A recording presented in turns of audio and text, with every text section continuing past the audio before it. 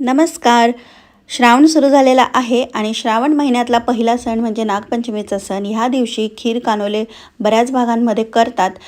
याचं कारण म्हणजे की नागपंचमीला आपण चिरत नाही, तळत नाही, कापत नाही, तवा ठेवत नाही. त्यामुळे असे वाफवून कानोले करण्याची पद्धत आहे आणि त्यासोबतच गव्हाची खीर. पण आज आपण बघणार आहोत झटपट बनणारी तांदळाचीच खीर कशी बनवायची हे बघणार आहोत. आणि ही नागपंचमीच्या तुम्हाला खूप खूप हार्दिक शुभेच्छा. चला तर मग रेसिपीकडे वळूयात. तर एक भांडं घेतलेलं आहे मी आणि त्या भांड्यामध्ये घ्यायचं आहे जवळजवळ 1.5 वाटी गव्हाचं पीठ. नॉर्मल जशी आपण पोळीसाठी कणिक भिजवतो त्याचप्रमाणे आपल्याला कणिक भिजवायचे आहे. अगदी थोडंसं मी चवीला मीठ टाकलेलं आहे आणि 1 चमचा टाकलेला आहे तूप. तुपाऐवजी तुम्ही तेलाचा सुद्धा वापर करू शकतात. व्यवस्थित आपल्याला असं मिक्स करून घ्यायचं आहे. त्यानंतर एक घट्टसर असा पोळीला सेम मळतो त्याचप्रमाणे गोळा आपण मळून घेणार आहोत.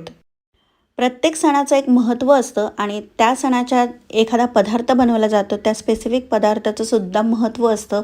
त्या ऋतुमानानुसार आपल्या शरीराला जे सूट होणार आहे त्याच प्रकारचं आपण त्या दिवसांमध्ये खायचं असतं. नागपंचमीला जसं बनवता उकडलेले पदार्थ आणि जर आपण हे असे घरात बनवले ना तर आपल्या पण मुलांना हे कुठेतरी समजेल, सणांचं महत्त्व कळेल, त्या सणांना काय बनवता ह्याचं सुद्धा महत्त्व कळेल.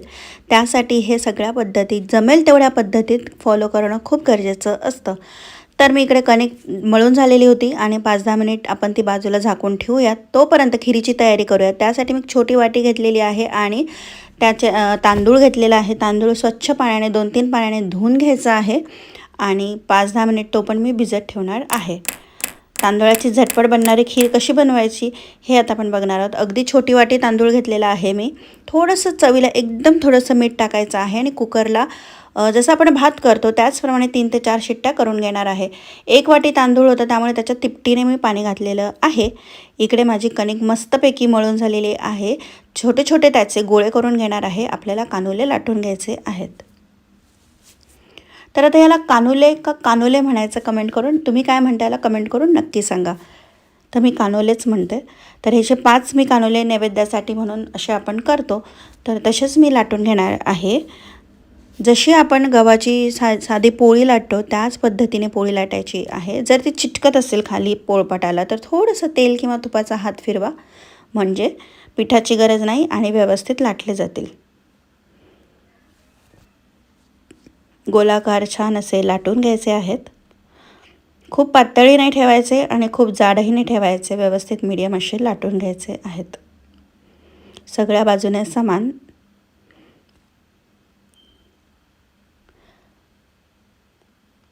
थोडंसं आता मी तूप लावून घेणार आहे.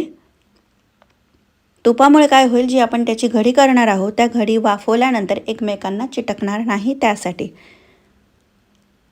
तर हे बघा, अशा प्रकारे आपण जशी पुराची पोळी करताना त्याची पूड करतो त्याचप्रमाणे आपल्याला फोल्ड करून घ्यायचं आहे त्रिकोणी. वरून पण थोडंसं परत तूप लावायचं किंवा तेल पण लावू शकतात आणि असा त्रिकोणी पूड आपल्याला करून घ्यायची आहे. हे आपलं तयार एक आणवलं. त्याचप्रमाणे आता आपण बाकीचे सगळे करून घेणार आहोत. जर तुम्हाला चॅनलवरचे व्हिडिओज आवडत असतील तर चॅनलला सबस्क्राईब करायला विसरू नका. आणि उद्या नागपंचमी विशेष ब्लॉग येणार आहे तेव्हा तोही बघायला विसरू नका. तर अशा पद्धतीने माझे सगळे कानोले लाटून झालेले आहेत.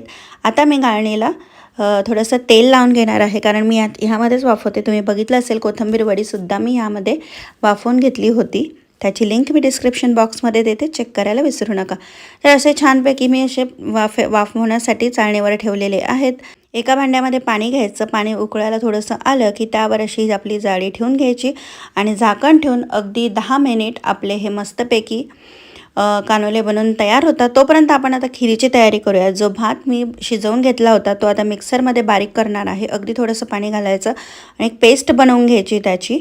त्यानंतर ती पेस्ट मी एका बाउलमध्ये ट्रान्सफर करून घेते कारण आपल्याला थोडंसं याच्यात पाणी मिक्स करून एकजीव करायचं आहे जेणेकरून खिरीमध्ये गिठोळ्या राहणार नाही. एकदम प्लेन आपली मस्तपैकी खीर बनवून तयार होईल. ही एकदम झटपट बनणारी पद्धत आहे त्यामुळे मी सांगते. खरं तर नागपंचमीला गव्हाची खीर बनवतात ती खूप छान लागते पण ही सुद्धा तेवढीच मस्त लागते. त्यानंतर एका पॅनमध्ये घ्यायचं आहे थोडंसं तूप आणि वरून कोमट पाणी घालायचं आणि कोमट पाण्यामध्ये अर्धा ग्लास जवळजवळ मी टाकलेलं आहे टोटल पाणी या खिरीमध्ये.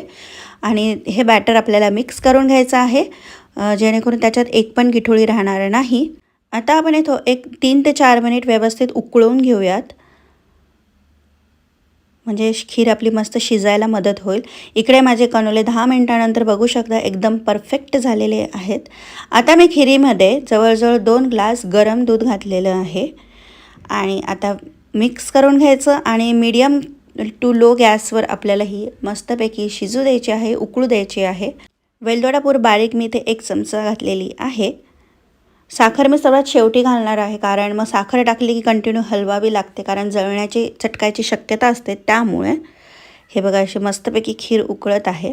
तुम्हाला आवडतील ते ड्रायफ्रूट्स तुम्ही खिरीमध्ये घालू शकतात. मी इथे एकदम बारीक काजू चिरलेले आहेत आणि ते मिक्स करून घेणार आहे.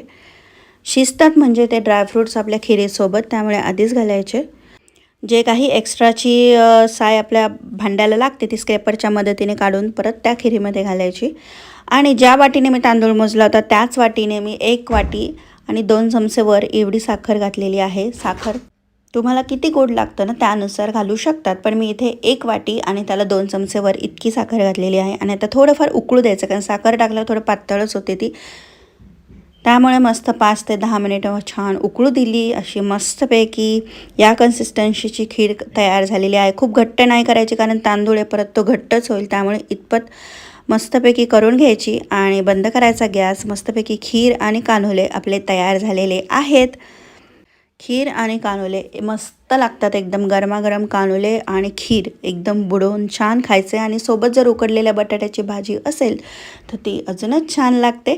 तर ह्या नागपंचमीला करून बघा. एकदम मस्त कानोले झालेले आहेत. पुरणपूड त्याची सेपरेट होते आणि खीर पण एकदम मस्त झाली आहे. आवडल्यास नक्की करून बघा.